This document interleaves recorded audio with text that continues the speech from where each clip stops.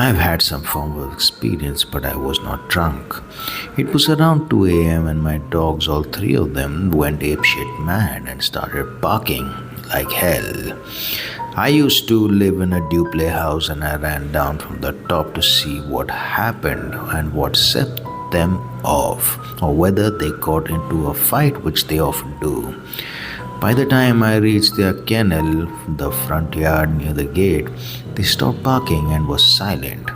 My lab, the bravest of the three, was literally shaking and whining. The Rottweiler and the Basset Hound ran inside the house, and as soon as the front door was open, and only the lab stayed near the door looking at me. She won't come inside until or unless specifically called for. I went near the gate to see what set them off. Next thing I noticed, a very low black cloud was creeping across the ground, or slowly across the ground. It was a moonlit night, and I swear there were not a cloud of insects. The way it moved was almost intelligent. I immediately ran inside, taking the lab.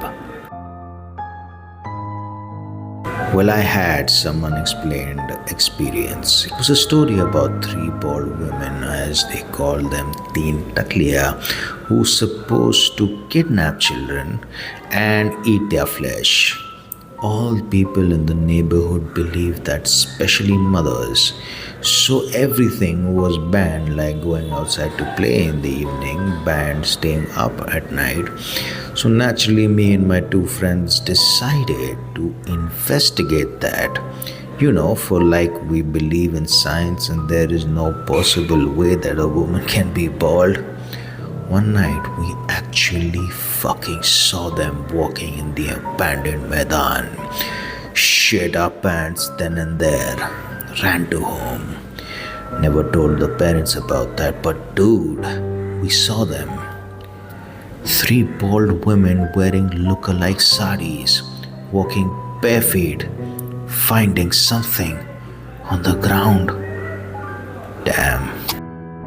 This is a story of mine. I'm not sure if you'll find this interesting. So this was around 2010. Internet was a new thing to me, and video calls were the shit among my friends those days. One of my friends called me on Skype someday. We talked about some stupid stuff I don't even remember. Then my friend froze for a second. The video call was interrupted. After some seconds, he said, "Who is this person behind you?" I didn't look behind because I thought he was playing a lame-ass prank on me, but I asked him to define the person. He said it was a boy around 10 to 12 years old in a red t-shirt. He kept on saying, "Look behind," and finally I did. But as I expected, no one was there. It's almost been 10 years and he still says there was some person behind. Anyway, after a few days, I started feeling uneasy around my computer table. I would feel something rubbing my foot from beneath the table, but I tried to give explanation like rats or something, or some tangled wires. After a few weeks, my mom said that she has been seeing stuff move in the kitchen by themselves. I didn't believe her until I saw a glass one day move by itself. Okay, not move, but clinking like something stuck inside the upside down glass. I didn't think much of it. After a few days, I started seeing some women in white around my bed at 2 at night. It could have been sleep paralysis, as my bua also told me that something touched her feet beneath the computer table. Finally, my grandmother decided to cleanse the house, and I haven't noticed anything suspicious since then. Now, I'm not superstitious or anything, but I saw what I saw. I moved out of Delhi a year ago. Looking back at it, I don't think it's that scary, but here it is. Our parents rented a house on the ninth floor of the apartments.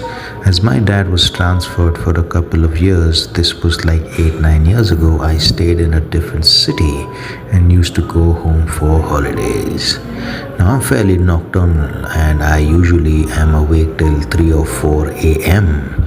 Every day I used to keep hearing the sound of thick anklets from the terrace, even during the day, sometimes at noon. But the sound got thicker by night. But it was constant walking. I mean, nobody walks that much, especially in their own house. I didn't pay much attention to it, assuming it's still some girl who keeps walking all the bloody time. So I asked my mom casually one day, what the hell is this all about?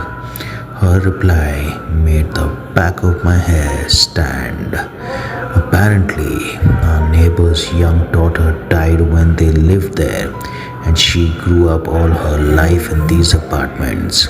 Everyone in my family hears the sounds, and turns out the others on the floor do too, since my mom happened to ask them. I'm your typical religion, bad atheism, good kind of guy, but I try not to be vocal or annoying about it.